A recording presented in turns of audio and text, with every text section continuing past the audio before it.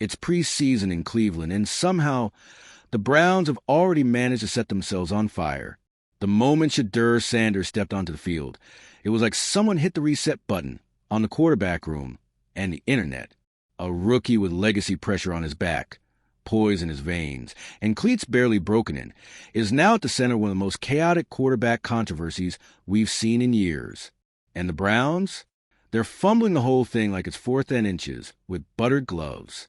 If you're into the real story and all the messy twists they don't show on highlight reels, go ahead and subscribe. And if you're sticking around to see how this Browns QB chaos plays out, you should definitely be subscribed. Because while Shedeur was out there commanding drives like he's been in the league for years, Gabriel, once thought to be the safer bet, looked more like a guy who accidentally wandered into an NFL scrimmage thinking it was a charity game. Fans are furious. The media is in a frenzy.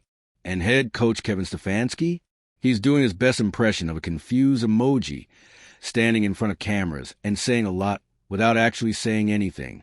This is no longer just about football. It's about identity, trust, and whether or not the Browns are capable of making the right call when it actually matters. So grab a seat, preferably not the one Gabriel sitting in right now, because this one's getting messy. Let's rewind for a second. Coming into the preseason, the Browns were quietly optimistic. They had depth, a stacked roster talent, and what was supposed to be a low-drama quarterback battle between rookie Gabriel and Shedeur Sanders, the high-profile son of Coach Prime himself. Gabriel, with his polished college resume and calm demeanor, was supposed to have the edge. He's experienced, he's smart, and he fits that old-school, trust-the-vet mold teams love to overvalue. Meanwhile, Shedeur, he entered the league with a tidal wave of media attention and skepticism. Nepo baby with swagger is how some sports radio shows described him. Critics called him too flashy, too media savvy, too confident, as if that's somehow a crime in 2025. But from day one, the vibes were different. Reports out of camp hinted that Sanders was winning over teammates. The receivers liked his energy. The O-line respected his command.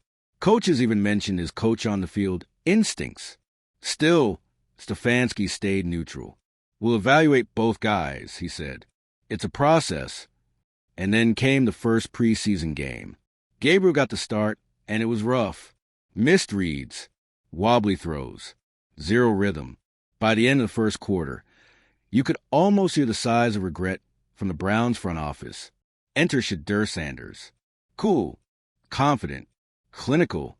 He walked onto that field like it belonged to him, and for the next 2 quarters, it did. Quick releases, smart audibles, and a connection with his receivers that had the crowd and Twitter erupting. The rookie didn't just play well. He looked like the guy. And suddenly, the safe choice didn't feel so safe anymore. Now, here's where things went from interesting to full-on sports soap opera. As fans lit up the internet demanding Shedeur as QB1, Gabriel tried to do some damage control. But instead of owning his performance, he made the cardinal mistake of blaming the entertainers in the media for fueling controversy. Yikes. That's the kind of vague shade that never lands well, especially not in Cleveland, where fans are practically allergic to excuses. And let's be honest, this wasn't some hyperreactive take from fans. Gabriel's performance was bad, like backup in the XFL bad. To make matters worse, his entertainer's comment echoed a now infamous moment from college ball. Remember the Colorado versus Oregon debacle where opposing coaches mocked Shedeur's flash? Yeah, fans definitely remembered. The implication? That Shedeur, again, was the sideshow, the distraction, the problem. Except Shedeur wasn't saying anything. He kept quiet, stayed focused, and let his game do the talking. It was Dylan throwing shade, and ironically, he ended up burning himself. Even the analysts got in on the drama. Chris Canty praised Sanders' leadership, calling it mature beyond his years. Shannon Sharp, never one to hold back, roasted Gabriel's comments live, essentially saying, if you can't handle preseason pressure, what are you doing in the NFL? Meanwhile, Coach Stefanski, still doing that thing where he says, we're evaluating all options, while clearly panicking behind the scenes. He refused to name a starter. Again, and that silence, it was deafening. reporters started dropping hints about locker room whispers. Some veterans, allegedly, were questioning Gabriel's ability to lead. Others were reportedly impressed with Shedur's discipline and preparation. And suddenly, the Browns were no longer managing a quarterback competition. They were managing a team identity crisis. Because at this point, picking Gabriel felt like denial. Picking Shedur felt like revolution. Now, with Week 1 looming, the Browns are in the worst possible position, paralyzed by their own indecision. Fans are ready to riot. Media outlets are running daily countdowns to Stefanski's next press conference like it's a Netflix release.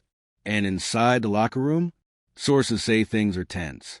Gabriel, once the presumed leader, now looks like a guy trying not to drop the clipboard he knows is coming his way. Every time he speaks, it gets worse. Because the damage is already done. He lost a fan base. He lost a narrative. And most damning of all, he might be losing the locker room. Meanwhile, Shedur's doing everything right. He's not begging for the spotlight. He's earning it. He's letting his game speak, letting the media storm rage around him, and quietly collecting respect from teammates and analysts alike. And if you're Stefanski, you're stuck. Do you stick with a veteran and risk looking like a cowardly traditionalist? Or do you name Shedur QB1 and admit the rookie's already surpassed the guy you thought would lead this team? Either way, it's not just a quarterback decision anymore. It's a statement about leadership, about the future of the team, about whether the Browns can finally stop tripping over their own legacy and start building something real. And right now, Stefanski is playing like a man who's afraid of picking wrong. But here's the thing. Indecision is a decision, and it might be the worst one of all. So here we are. A rookie came in, balled out, said nothing, and somehow started a firestorm that now threatens to consume the entire franchise from the inside out. And all Stefanski had to do was read the room. But instead of riding the momentum, instead of trusting what the players, the fans, and even the numbers were screaming, he's tapped, dancing around the truth, like it's an audition for America's Got Cold Feet. The Cleveland Browns had a moment, a real moment, and now they're watching it slip away because no one wants to be the one to admit the rookie won. So what do you think? Should Shedur Sanders be the starter? Is Dylan Gabriel done in Cleveland before the season even starts? And is Stefanski already in over his head? Drop your thoughts in the comments below. And while you're at it, make sure you're subscribed because we'll definitely be watching how this quarterback saga plays out. After all, in Cleveland, the drama always finds a way. Stay chaotic, football fans. And if you thought that was the end of it, oh no, this quarterback mess is just getting started. Because while the Browns stall at this uncomfortable crossroads, every single day that Stefanski doesn't make a decision is another day Shedur gains ground, without even trying. That's the twist here. Sanders isn't campaigning. He's not begging for spotlight or calling out the coaches or demanding snaps. He's just existing. And somehow it's making the entire organization sweat bullets. That's power. You know what's ironic? For all the concern that Shedur would bring too much attention, it's been Dylan who keeps making headlines for the wrong reasons. First, the entertainer's jab.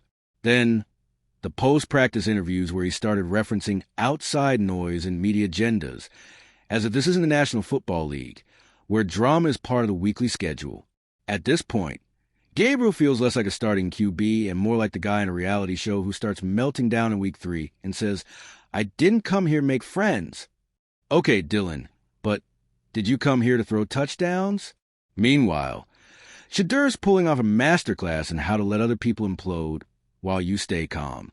He walks into the facility, puts in the reps, huddles up like he's already the leader of the team, and walks out like a man who knows exactly where this is headed. And he probably does. Because here's the thing. Whether or not Stefanski says it out loud, everybody else already has. Fans, analysts, insiders, even some former players. The verdict's in. The people want Shedur. And honestly, it's not hard to see why. The Browns are a franchise with a trust issue. It's decades deep. They've been through quarterbacks the way influencers go through brand deals.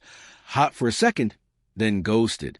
So when fans finally see someone who looks like he could be a real, lasting solution, yeah, they're not going to sit back and wait politely.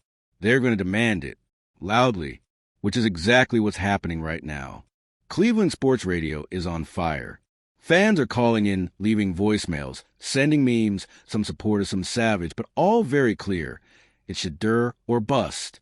You've got people making highlight montages of his 2 quarters like it's the second coming of Tom Brady.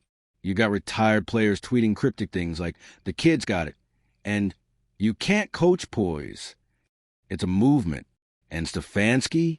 He's treating it like a PR nightmare when it's actually a golden opportunity. You've got the city behind this kid.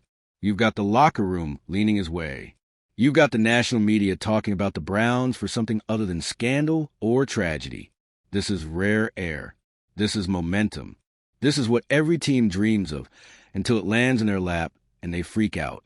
But hey, maybe Stefanski's just not ready to hand the keys to a rookie.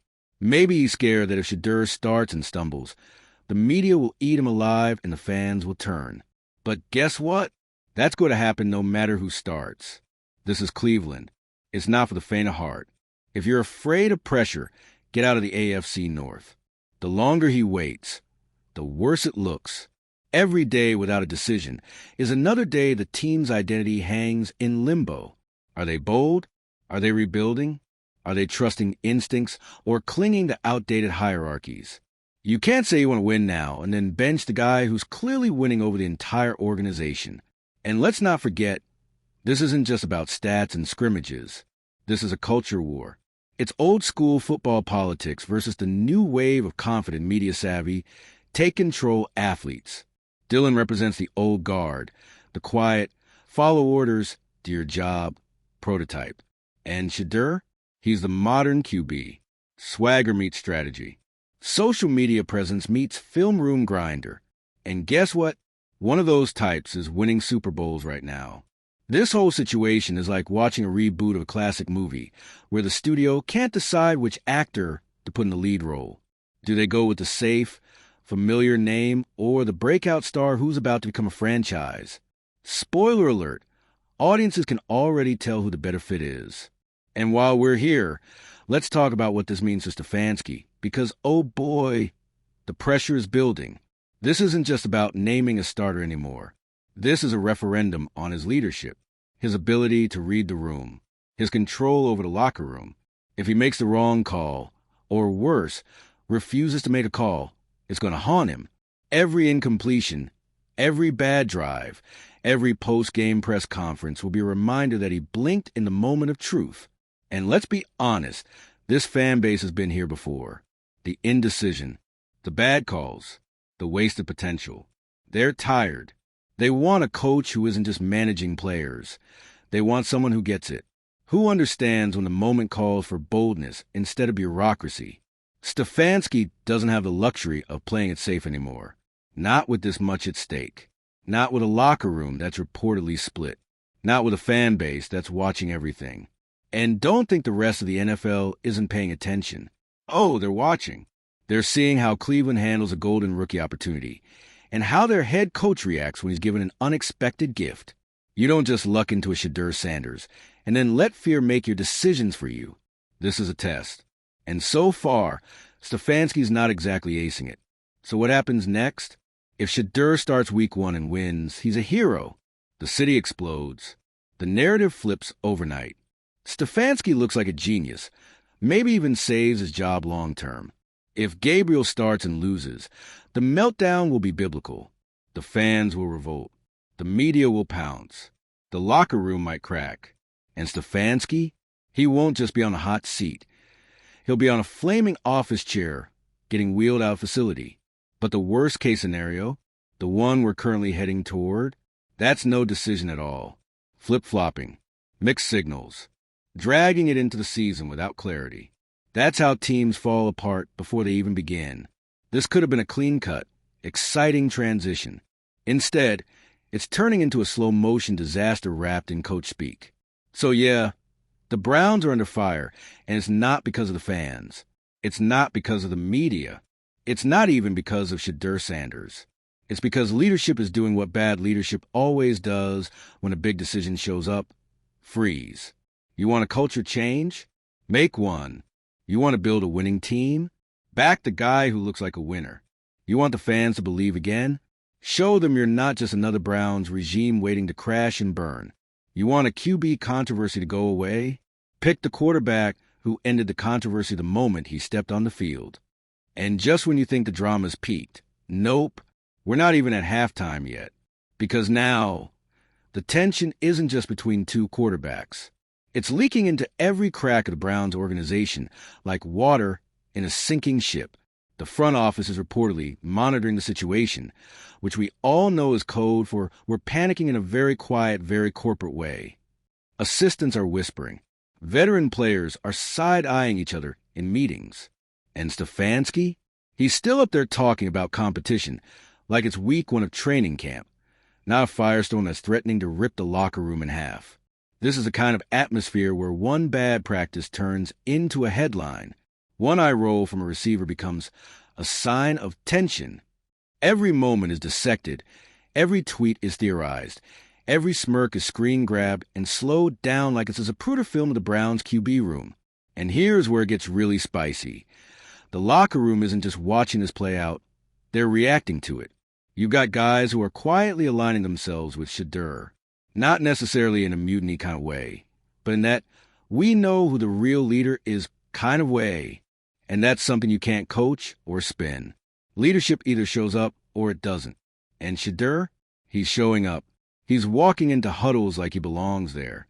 He's cracking jokes at the right times, taking accountability in film sessions, even staying late with rookies to go over playbook nuances. It's the little stuff, the things veterans notice, the stuff that earns respect way faster than a flashy stat line ever will. Meanwhile, Gabriel is doing his best, sure, but it's starting to feel like he's playing not to lose. You can see it in his body language. There's this edge of defensiveness now, like he knows the tide has turned, and every snap is him trying to claw his way back into a race that's basically already been decided. And that desperation, it's palpable. He's over-explaining things to the press. He's noticeably short with teammates in scrimmage. One moment he's trying to be the stoic veteran.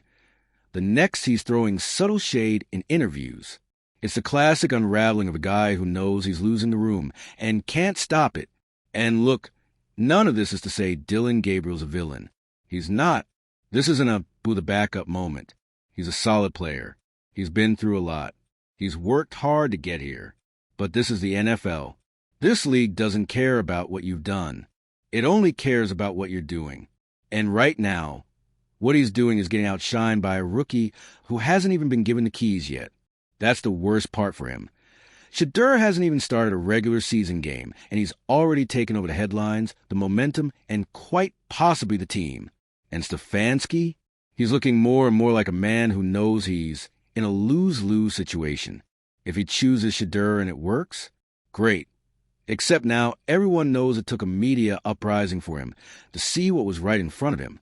If he chooses Shadur and it doesn't work, he gets roasted for throwing a rookie into the fire too soon. If he sticks with Gabriel, forget it. He's officially declared himself out of touch with both the locker room and the fan base. And if Gabriel bombs in week one, the boo birds will be so loud in Cleveland, you'll be able to hear them from Lake Erie to Instagram Live. There's this mounting sense that Stefanski is coaching from fear now, not strategy, not intuition. Fear, and that's how you lose a team. Fast. You don't win in this league by keeping everybody comfortable. You win by making the right uncomfortable decision at the right time. And that time was probably last week. There's also the ripple effect to think about. If this quarterback decision continues to drag out, it starts to affect everything else. The receivers don't know who to build chemistry with. The offensive line doesn't know who they're protecting. The coordinators can't build out packages. Even the defense starts feeling the pressure because they know if the offense is unstable, they're going to have to carry the team. This isn't just a QB controversy. It's a culture crisis in real time. And the worst part? This could have been a success story. A smooth passing of the torch. The moment the Browns proved they weren't the same old Browns. That they could evolve. That they had vision. Instead, they've turned what should have been a win into a slow, messy identity meltdown. What's even more wild is how the NFL world outside Cleveland is reacting. Rival teams are already speculating that Shadur could be snatched up if the Browns don't fully commit. GMs are reportedly keeping tabs on how Cleveland handles him. That's how quickly things move in this league. You don't show confidence in your guy, someone else will. Because Shadur isn't just a promising young quarterback. He's a brand. He's marketable. He's smart. He knows how to play the media game. And when you combine that with legitimate talent, that's franchise quarterback material. Full stop. This is the kind of guy you build a team around, not bench behind someone whose biggest preseason highlight was a throw that didn't get intercepted. And still, Stefanski waits. He keeps talking about evaluations and making sure we put the team in the best position to succeed, which is coach speak for I'm afraid of committing to something that might blow up in my face. But here's the kicker. Not committing is already blowing up in his face. The Browns are once again turning clarity into confusion, certainty into chaos, a no-brainer into a full-blown existential crisis. There's a joke going around Cleveland right now that goes something like this. If Stefanski had to pick a lunch order, he'd stall until the restaurant closed. It's brutal, but it's not wrong. So here we are, a city waiting, a team wobbling, a fan base practically screaming for someone to step up and say the obvious out loud. Start. Shadur, let the kid lead. Let him grow with the team. Let him take the hits, make the plays, learn in real time. Because whether it's week 1 or week 5 or week 9, the inevitable is coming. Shadur Sanders will be QB1. The question is, will the Browns be brave enough to make that call before it's too late? Or will they, once again, let fear, hesitation, and outdated thinking keep them from stepping into a future that's been right in front of them this whole time?